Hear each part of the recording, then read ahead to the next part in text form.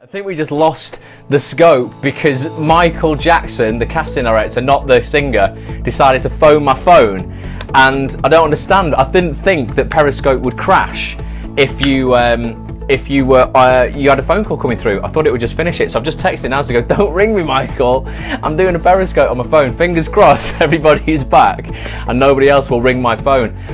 What a good job that happened at the start of the scope and not in the middle of it, otherwise that would have been slightly disastrous. Hitesh is back here. I saw a new name there that I've not seen before. If you're new, then let us know where you are scoping from. For those who don't know me as well and you're new, I'll do the little intro again. My name is Ross, an actor and a voiceover artist from Manchester here in the UK, and I scope 3 times a week, and it's all to do with sort of motivation and mind hacks, things that are going to make you more successful in your life, enable you to get further in your career faster. A lot of the stuff and the people we have on the scopes are actors, so a lot of stuff applies to the acting industry, but loads of it applies to every walk of life. And tonight's scope applies absolutely to everybody in all walks of life. But I didn't know when someone rings you on your phone, my scope just cut off completely. I thought it would kind of like ban calls or something. So apologies if you were just on the beginning bit there and then we all got cut off. Hopefully we'll be back. Yas is back. Good to see you, Yas. So tonight I want to talk about, as I was saying a minute ago, I thought the battery had died. Hitesh, no, it was a phone call that had come through. Hopefully there'll be no more calls.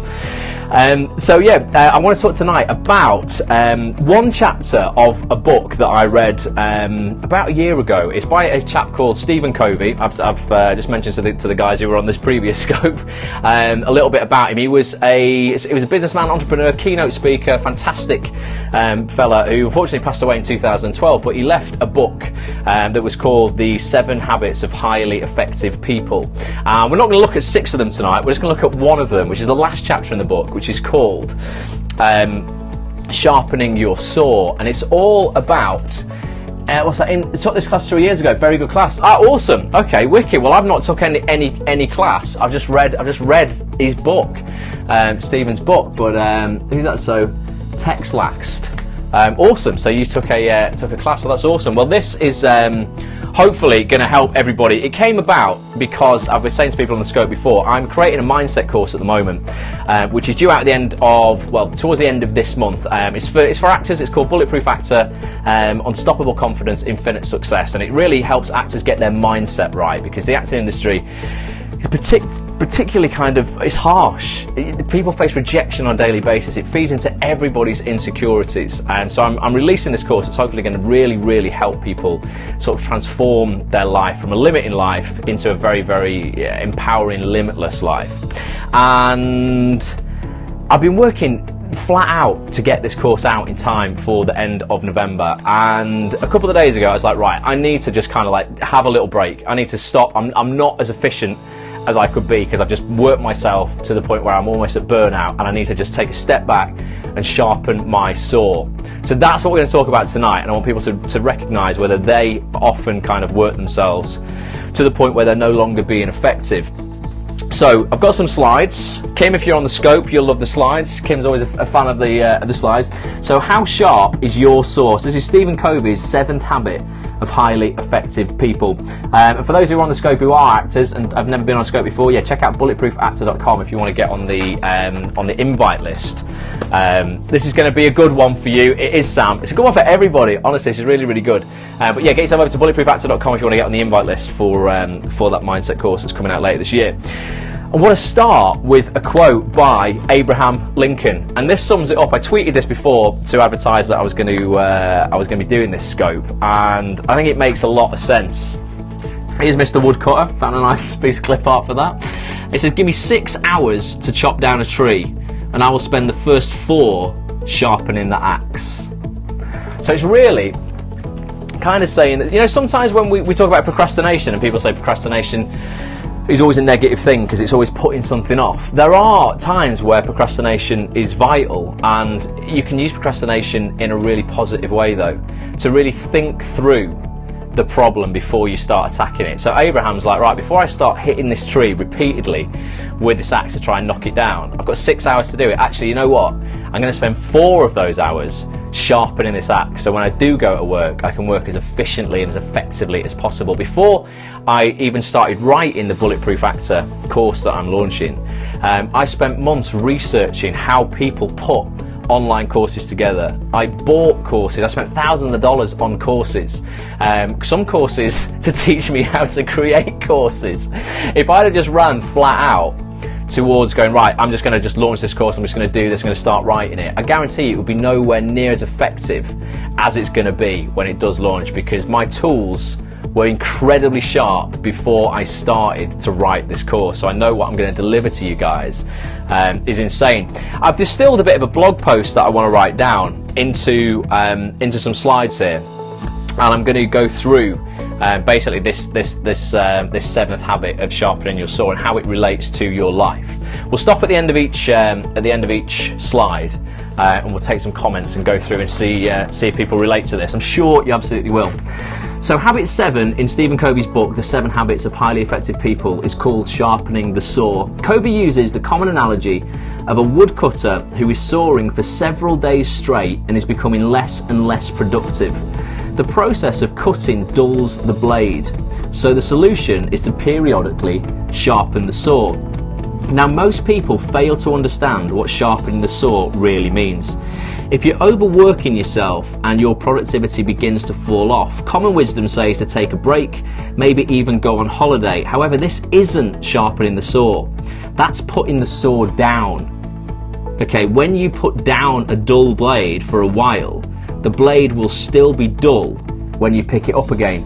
So who has fallen into that trap of gone, right, well, I've been working really, really hard. Actually, I feel a bit burnt out, so I'm now going to go and just have a binge. I'm just going to eat loads of food, watch Netflix, and I'm just going to, or I'm going to go on holiday for a week. And then you've come back and then actually found that the motivation to get started on that thing that you left off is actually even harder, because you get those holiday blues. People are like, oh my God, I just wish I was back on holiday. That takes them like 3 weeks to get over. They've not gone away to sharpen the saw.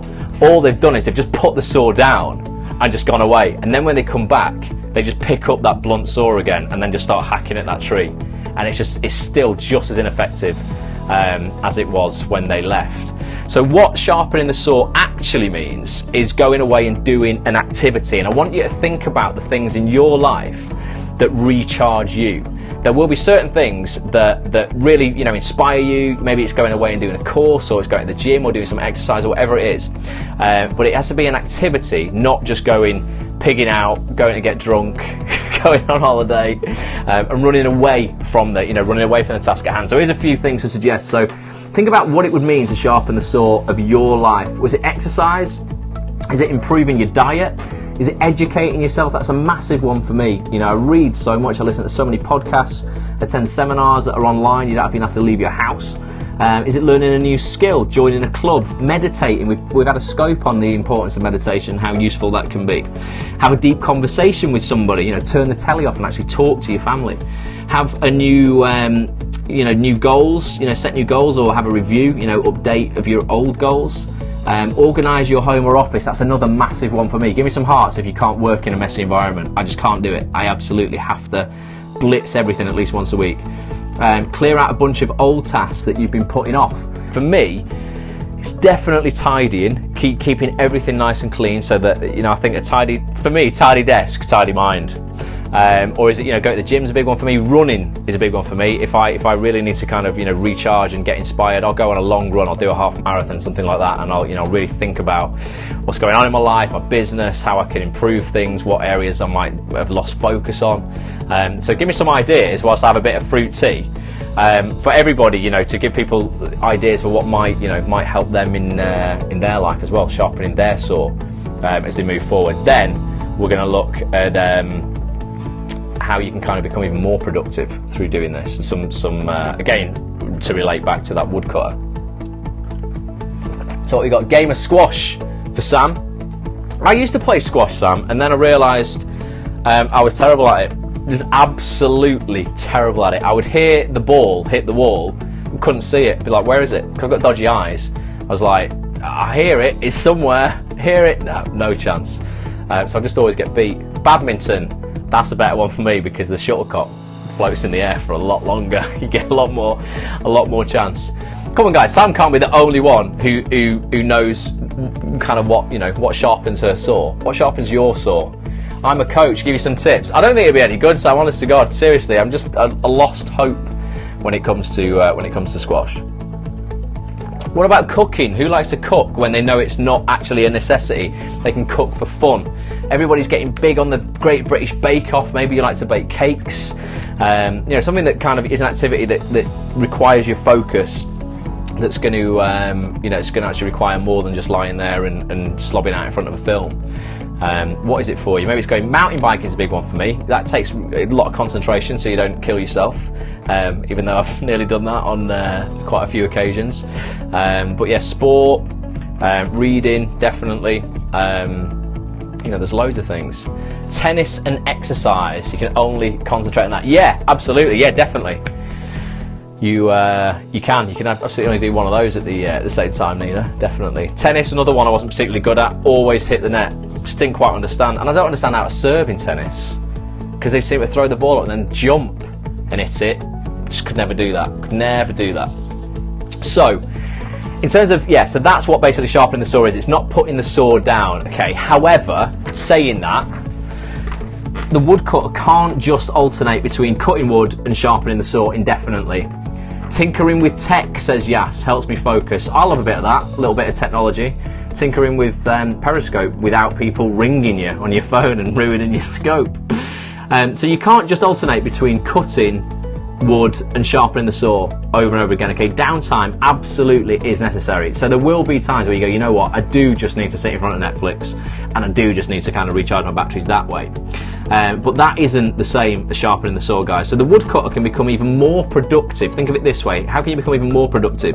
Well, the woodcutter can become even more productive by sharpening the blade, studying new woodcutting techniques, working out to become stronger. So every time it hits a tree, you know, it's going to make more impact, and learning from other woodcutters as well. So, you know, part of your sharpening your saw in your acting career would definitely be, you know, meeting other actors who are either equally successful as you or more successful as you, so you know you can learn from them. Definitely, you know, sports and things, you know, go to the gym, becoming stronger, it's going to make you look better on camera. But forgetting to intentionally sharpen the saw can lead to a feeling of burnout, and that's what I was feeling at the weekend. If you merely alternate between productive work and downtime though, your production capacity will drop off. So you've got to do a mixture of all three really. You've got to go out, work hard, take a break, sharpen the saw, and then have a bit of downtime. Then go back, work hard, sharpen the saw, a bit of downtime. You're still working hard, but you don't feel as productive as you think you should be. This is if you're just having downtime. When you sharpen yourself regularly, though, you'll find that you can flow along at a steady pace, week after week, without getting burned out. So I want to ask you this last question then. How are your various blades doing? Basically, your skills. So these are all the areas that you might need to sharpen: your skills, your knowledge, your mind, your physical body, your relationships, your motivation, your commitment, your capacity for enjoyment, your emotions. Are all of them still sharp? I think it's why I'm in bed feeling ill at the moment. Definitely need to practice this. Honestly, Sam, you've probably just burnt yourself out. If not, which ones are dull, you know, and what can you do to sharpen them? So take all of those, you know, as individual things, you know. You'll have some things that generally perk you up, but, you know, what skills do you think you need right now that might be a bit dull? Do you need to take some more acting classes? If you actually have not taken an acting class for a while, maybe I should just sharpen my my saw there. Your knowledge, do you need to read more books? Is there something particularly you want to read? Your mind, maybe you want to listen to some audio programs or, you know, podcasts, you know, expand your mind. Physical body, you might want to go to the gym, get on your bike, go and play tennis, Nina, have a game of squash, Sam. Your relationships, have there been people that you've kind of, you know, your relationships have dulled down? Have there been people you've neglected? Is there someone that you need to text? Someone you've ignored? I'm a carpenter, so I know exactly what it means by sharpening the saw. No way, yes. That's amazing. Absolutely amazing. Well, there you go. You need to literally sharpen your saw. But yeah, your relationships, you know, other people who you've not texted in a while, who sent you a text and you forgot to reply. You know, have you let that dull down? Your motivation. You know, do you need to get an early night, get up early, you know, get some more motivation to, you know, to continue to attack your goals. Your commitment, you know, your capacity for enjoyment. Do you need some time? Do you just need to go, actually, you know what, I need to sharpen my punctuality skills and, you know, and actually manage my time better? Go to workshop tomorrow led by Andy Morgan. Awesome, Nina. That'll sharpen some acting skills. You know, your emotions. Is there anything there that you like? You know, there's an overriding emotion you're feeling right now, and you're going, actually, you know what? I need to sharpen an area in my life to make this better. You know, or maybe you're smashing it. And all of these are sharp. I know for me though, definitely at the moment, without a doubt, mine would be. God, probably a lot. I think I can improve on all of them, to be honest. But I'm always looking for constant improvement. But it was just, as I say, it was just because at the weekend I was like, seriously, I just need a little bit of kind of time out, and I needed some downtime as well. You know, that was just downtime. That wasn't sharpening the saw. I found an amazing drama series, guys, on Amazon Prime. You know, if anyone's got Amazon Prime rather than Netflix or whatever, it might, I don't know if it's available on Netflix. I think it's just exclusive to Amazon Prime, called Mr. Robot. I watched 2 episodes of it last night as my downtime. Share with us if you've got any amazing dramas that are on anything like Netflix and things that everybody should watch. Mr. Robot is wicked. If you're into technology, Yas, was it you who said you like tinkering with technology?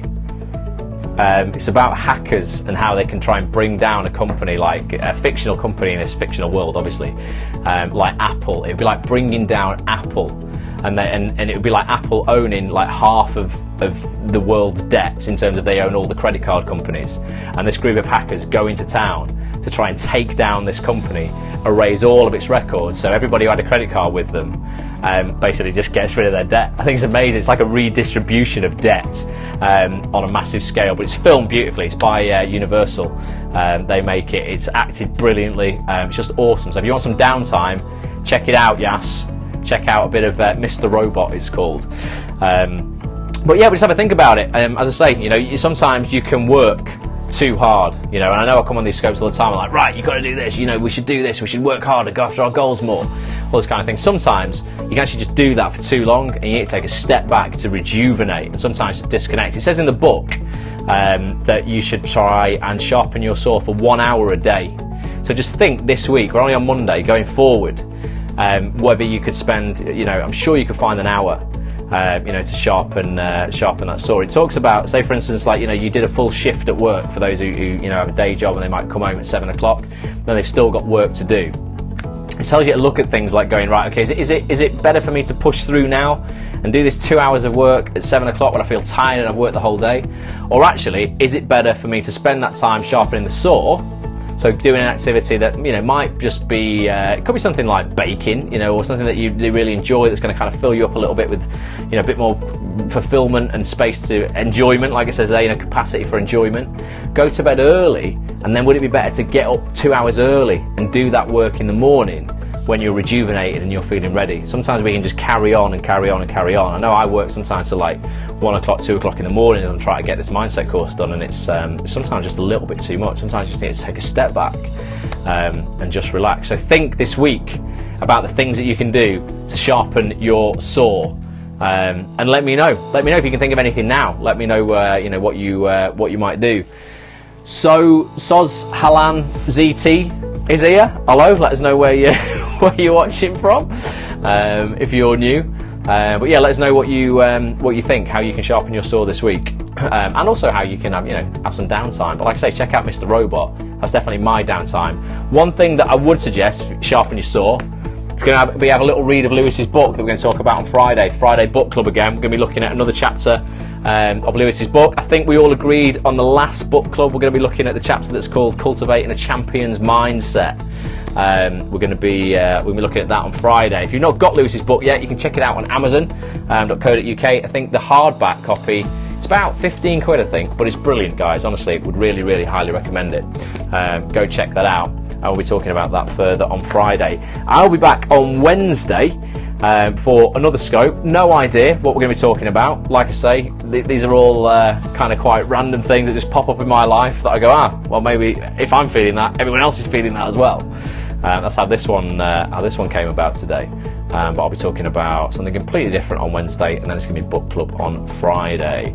So if you're going to sharpen your saw tomorrow, don't be anything dodgy by that. Give us some hearts, give us some yeses. Let us know if you're gonna do that. Let us know, what areas You might need to sharpen. What do you reckon you need to sharpen? Do you need to go to the gym? Do you need to do some acting classes? Do you need to read more? Do you need to listen to some podcasts? Who, out of interest, just, you know, regularly listens to podcasts when they're out and about? If you're traveling, you've got travel time. Because these are things that you can do.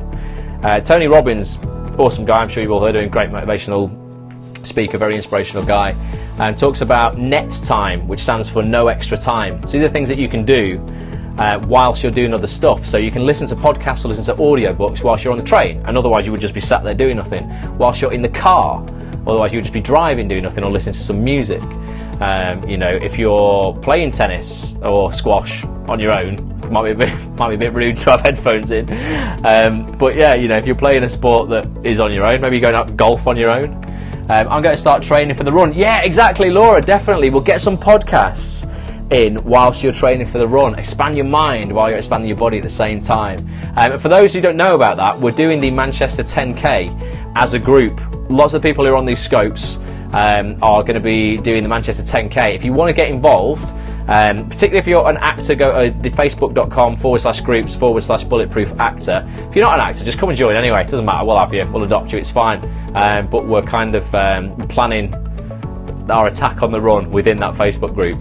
Currently work 2 jobs, sometimes both on the same day, sharpening saw but cutting this down to 1. Yeah, absolutely. Sometimes, you know, that's definitely a time in your life, Sam, where it's okay to quit. You know, sometimes people think, oh, well, you know, don't want to quit a job because it means I'm quitting or something, or I'm giving up on it. No, you know what, it's absolutely fine. You know, if things aren't going right, as they say, go left. You know, quit it, get rid of it, keep the one that you like the best. I need to, because it's going to be hard for me. My worst thing, but I'm doing it anyway. One thing you need to understand, Laura, and everyone needs to understand when they start running. Okay, I started running in 2009. I wasn't particularly fit, wasn't particularly healthy. I've been at the gym for about a year, but I was just doing resistance training, so I was, you know, I was getting a bit bigger, you know, sort of muscle mass wise, but I wasn't doing any cardio at all. And I went out to just run a mile, my first mile. And see, Sam's got an awesome sweatband, that helps as well, Sam. Now I went out to run a mile. I couldn't run a mile, guys. I had to stop before that mile was up, and I was like, wow, if it feels this bad and I'm not even done a mile, this is going to feel horrendous if I've got to do 26.2 of these in a marathon. Now the 10K isn't 26.2, it's only 6.2, so we're all right. But I want people to understand that even today, I mean, I've run multiple marathons now. I did 2 marathons in a week, once for charity and stuff. My fitness is pretty good on a cardio level, and I run a half marathon every week. But even today, at that level where I can go out and do quite a lot of running, those first few miles, I'm talking like 2, 3, sometimes even 4 miles, still feel dreadful, still feel really difficult, okay? And it's only after that, when your heart rate starts to sort of lessen, your breathing sort of regulates, things start to get easier. You almost hit a cruise mode at like 4 miles, and then you'll be able to go like 4 miles to 10 miles, almost on autopilot, where you don't really have to think about what you're doing. It becomes a lot easier because your body basically just accepts that this is what you're doing. It just regulates your heart rate, your breathing, and it goes, all right, well, if this is what we're doing, well, then I'll sort myself out for the, you know, for the run. It doesn't do that for a few miles. So a lot of people give up running before they've even given it a shot, because they go, if it feels this bad at 2 miles, this bad at 3 miles, I'm never going to be able to do 6 miles. I just need to stop. Everything in your body will be going, stop, Laura, stop. Don't bother. The pain, if you just start walking, the pain will finish. I promise you, it's the worst thing you can do. If you keep going, the pain will finish. But you've got to push through that barrier initially. Don't give up, and then you'll be so, that first run that you do where you've done that 3 miles and the 4 miles or whatever, and you walk back and you're like, oh my god, I've done it, I didn't think I'd be able to do it. It feels amazing, and then you just want to do it more and more. And now I could not go without my running. I used to hate it. 6 years ago, it was not on my agenda as something I want to do. I was like, this is for morons. How can anybody say this is enjoyable? Now it's one of the highlights of my week every Sunday, going out on that run, knowing that I'm going to do that. I'm getting healthy, it frees up my mind, I can go out with a head full of worries and I can come back with none. You know, it releases endorphins in your body. It's called runner's high. It normally kicks in around about 5-6 miles, and you will have some euphoric moments just through exercise. If you stick with it. So you've got to do that, a bit like our acting careers, exactly the same. It's exactly the same, but just Google runner's high. It's a real phenomenon. And it feels amazing. You get bursts of adrenaline and endorphins for maybe 2 minutes at a time, particularly if you've got, I find, motivational music on, music that you really connect to and that motivates you. You feel electric, you feel alive. You run past people, particularly if they're sat out in beer gardens, disgusted at them on a Sunday, going, look at you, spending this time, you're just killing yourself. I'm out here running, getting stronger. You'll just feel great about yourself, and you'll inspire other people. And if you can get other people into running as well, and improve their lives, it's just another way that you can impact people positively. It's amazing. So I would do that, and it's a brilliant way to sharpen your saw, definitely. So everybody, regardless if you're doing the 10K or not, I would suggest people run and check that out. Just exercise in general is an amazing foundation for success. So try it, Laura. Honestly, you'll love it, definitely. If Patricia was on the scope, Patricia Jones, she runs quite a lot. She will vouch for that. She does a lot of running, and it's affected her life in the same way. So you can catch her in the Bulletproof Actor Facebook group. I'm sure she's a member of that. Awesome, guys. Well, until Wednesday. Let me know if you want to talk about anything in particular on Wednesday. If you're struggling with anything in your mindset or motivation or anything like that, let us know. You can tweet me, it's @RossAGrant, or you can leave a comment in the Facebook group. If you want to get your invite to Bulletproof Actor, the mindset course that I'm bringing out later this year, here's all the modules. They're all here.